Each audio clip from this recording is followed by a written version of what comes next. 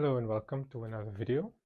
In today's video, we will be solving fractions where x is a denominator.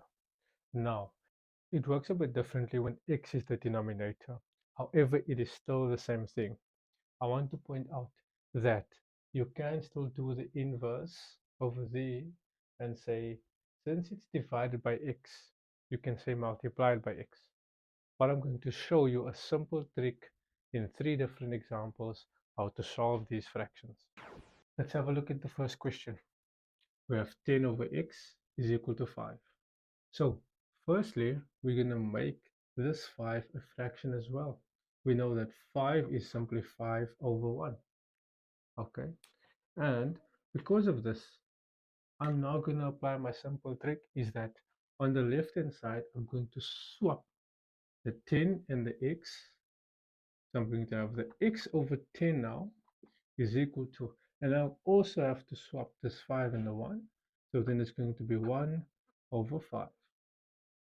Okay, and now I can apply my inverse law. It's x over 10 or divided by 10. So I'm going to multiply both sides by 10. Okay, then we simply have x is equal to 10 over 5, which is equal to 2. Now, from this, we can have a look at this and create another trick. Okay, since we can see that this is 10 over x and this is 5 over 1, what we could have also done, we could have swapped the 5 and the x.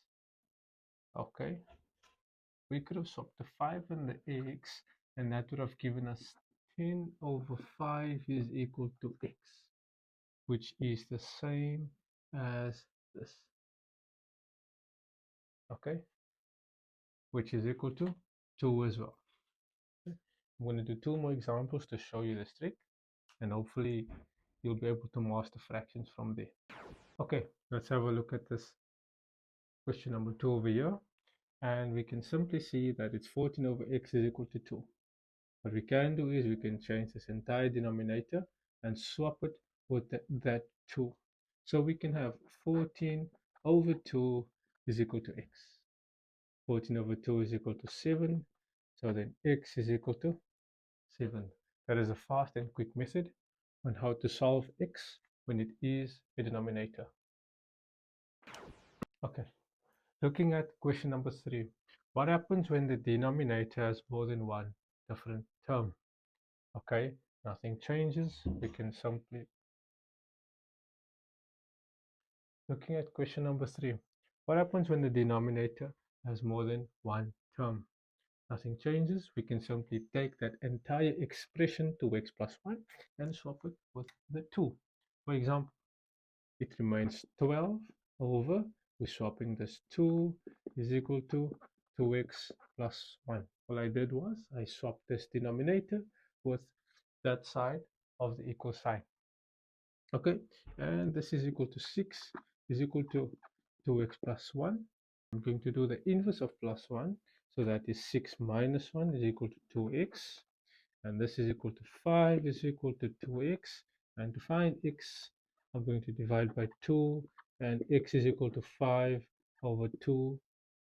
Or we can write that as 2, 5. If you stayed up until the end of the video and you're still not quite sure, I'm going to give you a chance to try this.